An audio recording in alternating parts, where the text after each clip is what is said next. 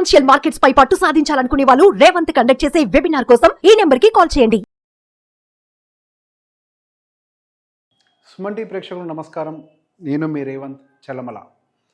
So చాలా కామన్గా వస్తున్నటువంటి డౌట్, సార్ నేను ఒక 1 crore అక్యుములేట్ చేయాలి, అది రిటైర్మెంట్ కార్పస్ అవ్వచ్చు, మేము బతకడానికైనా కానీ మాకు ఒక ఫైనాన్షియల్ అసెట్ ఉండాలి. సో ఈ 1 crore కార్పస్ని అక్యుములేట్ చేయడానికి మీరు ఒక జర్నీ చెప్పండి అని అంటే, సార్ 1 crore కార్పస్ అక్యుములేట్ చేయాలంటే కొంచెం డెఫినెట్గా టైం పడుతుంది. సో ఒక సామెత ఎప్పుడు ఉంటుంది కదా, మొదటి ₹1 కోటి సంపాదించడం వరకే కష్టం, ఆ తర్వాత ఆ కోటి ఎన్ని కోట్లైనా సృష్టించగలదు అని. సో ఆ ₹1 కోటి అక్యుములేట్ చేయడానికి మీకు టైం పడుతుందండి, కనీసం ఒక 15 ఏళ్ళైనా పట్టచ్చు, 10 ఏళ్ళైనా పట్టచ్చు, అది మీరు వేసుకునేటువంటి అమౌంట్ మీద ఉంటుంది అని అంటే, అదేంటి సార్ మరి మీరు క్యాలిక్యులేషన్లో చూపించేటప్పుడేమో అన్ని కోట్లు అవుద్ది ఇన్ని కోట్లు అవుద్ది అని చూపిస్తారు కదా, ఇక్కడేంటి టైం ఉంటుంది అని చెప్పారు అని అంటే, నేను అదే చెప్పాను. సో బేసిక్గా మీరు ఎంతసేపటికి ఆ పెద్ద ఫిగర్లు ఏదైతే చెప్తున్నారో దాని మీద ఫోకస్ పెడుతున్నారు, కానీ దానికంటే ముందు ఇన్ని సంవత్సరాలు ఉంటే అన్న మాట నెగ్లెక్ట్ చేస్తున్నారు. అన్ని సంవత్సరాలు ఉంటే మీకు అది కోటి అవుద్ది, ఆ కోటి ఇంకో 10 కోట్లు అవుద్ది అనే విషయం మనం అర్థం చేసుకోవాలి. సార్ మీకు మొదటి కోటి సృష్టించడానికి మేబీ ఒక సంవత్సరం పట్టుద్దేమో, మేబీ ఒక 15 ఏళ్ళు పట్టుద్దేమో, కానీ అదే ఒక 10 కోట్లు సృష్టించాలంటే దానికి ఇంకో 15 యాడ్ చేస్తే చాలు. ఇంకో 15 ఏళ్ళు యాడ్ చేస్తే 10 కోట్లు అయిపోద్ది. మొదటి కోటి సృష్టించడానికి 15 ఏళ్ళు పడితే అది ఇంకొక 10 కోట్లుగా మారటానికి కేవలం ఇంకొక 15 ఏళ్ళే పడుతుంది. సో దీనికల్లా కావాల్సిందేంటి, అల్టిమేట్గా డిసిప్లిన్. నాకు ఇమీడియట్గా ఓవర్ నైట్లో రావాలి అని అంటే అది ప్రాక్టికల్గా సాధ్యమయ్యేదైతే కాదు. నేను ఎప్పుడూ చెప్పేది ఒకటే థియరీ, ఇన్వెస్ట్మెంట్ అని అంటే మనకి ప్రాపర్గా క్రియేట్ అవ్వటానికి your savings that you are investing plus time is equals to wealth. Wealth create అవ్వాలంటే దానికి మేజర్ కాంపోనెంట్ కాంట్రిబ్యూట్ చేసేది టైం. మనం అనుకుంటాం కాంట్రిబ్యూట్ చేసేది, మన డబ్బులు అనుకుంటాం మనం కాంట్రిబ్యూట్ చేసేది, మనం కాంట్రిబ్యూట్ చేసేది చాలా తక్కువ. యాక్చువల్ కాంట్రిబ్యూషన్ అంతా చేసేది టైం. సో బేసిక్గా దానికి టైం ఇస్తే అది మీకు రియల్గా దాని రిటర్న్ ఇవ్వగలుగుతుంది. ఎవరైనా సరే ₹1 కోటి సంపాదించడం చాలా ఈజీ, అందులో ఎటువంటి డౌటు లేదు. కానీ టైం ఇక్కడ ఎప్పుడు ప్రాబ్లం వస్తుంది అంటే, ఎక్స్పెక్టేషన్స్ మారినప్పుడు. ఆ ₹1 కోటి ఇంకో 5 ఏళ్ళలో సంపాదించాలి అంటే సాధ్యం కాదు. అదే మీరు ఆ ₹1 కోటి డిసిప్లిన్తో నిదానంగా అక్యుములేట్ చేయాలి అంటే మాత్రం డెఫినెట్గా అది 15 సంవత్సరాల్లో సాధ్యమవుతుంది. అది మొదటి కోటి. 30 సంవత్సరాల్లో అది 10 కోట్లుగా ఎలా మారుతుందో కూడా మీకు ఎక్స్ప్లెయిన్ చేస్తాను. సో బేసిక్గా దానికి సింపుల్ ఫార్ములా ఉంది, 15-15-15. అది అందరికీ తెలిసిందే. 15,000 రూపాయలు 15 ఏళ్ల పాటు 15% CAGRతో ఇస్తే కోటి. ఈ ఫార్ములా అందరికీ తెలుసు. కానీ ఫార్ములా తెలిసినప్పటికీ ఆ ఫార్ములాని వాడే విషయంలోనే అందరం ఫెయిల్ అవుతున్నాం. సో బేసిక్గా ఒకసారి అక్యుములేషన్ మొదలుపెట్టిన తర్వాత రకరకాల అవసరాలు వస్తాయి. అది ఈగో బేస్డ్ అవసరమై ఉండొచ్చు, లేకపోతే మనకి ఎవరికైనా చూపించుకోవడం కోసం అని అవసరమై ఉండొచ్చు, లేకపోతే అదర్ ఫైనాన్షియల్ నీడ్స్ కోసం ప్లానింగ్ చేసుకోకపోవటం వల్ల మనకు వచ్చేటువంటి అవసరం అయి ఉండొచ్చు. సో ₹1 కోటి జర్నీ అందరూ చేయగలిగినా ఎందుకు చేయలేరంటే ఆ ప్లానింగ్లో ఫెయిల్ అవుతారు. ఫస్ట్ థింగ్, ₹1 కోటి జర్నీ కోసం మనం ప్రిపేర్ అవ్వాల్సింది మొదటి 15 సంవత్సరాలు. సో ఆ జర్నీ ఎలా ఉంటుందో ఒకసారి ఎక్స్ప్లెయిన్ చేస్తాను.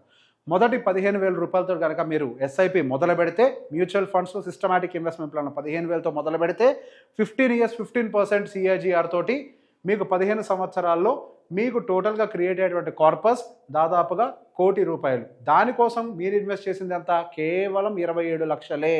మీ 27 లక్షలు 15 సంవత్సరాల్లో మీకు 74 లక్షల గెయిన్స్ తోటి టోటల్గా మీకు అది ₹1 కోటిగా మారుతుంది. 15 ఏళ్ళ ₹1 కోటి. ఈ ఫిగర్ చాలా చిన్నగా అనిపిస్తుంది కదా, సరే దానికి ఒక 5 ఏళ్ళు యాడ్ చేసి 20 సంవత్సరాలతో చూద్దాం.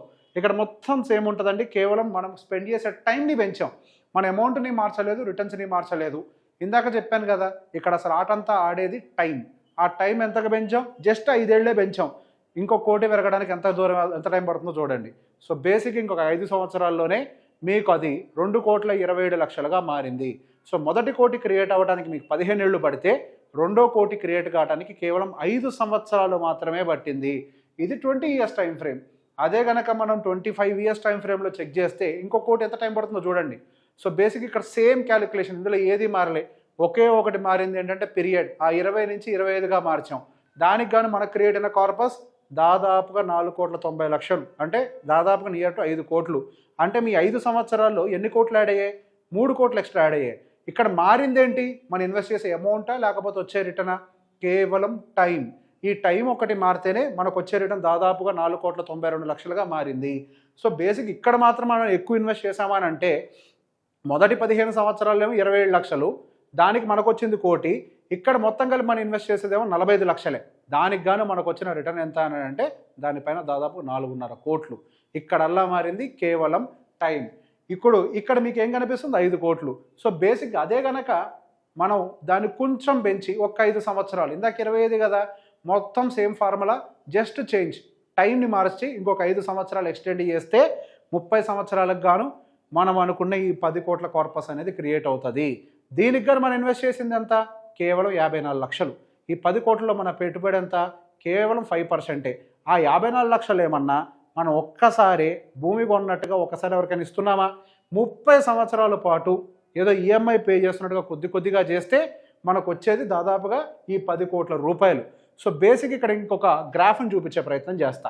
సో మీకు ఇక్కడ 1, 2, 3, 4, 5, 15 ఇయర్స్ వరకు కంటికి కనిపించని సైజులోనే మీ గ్రాఫ్ ఉంటుంది.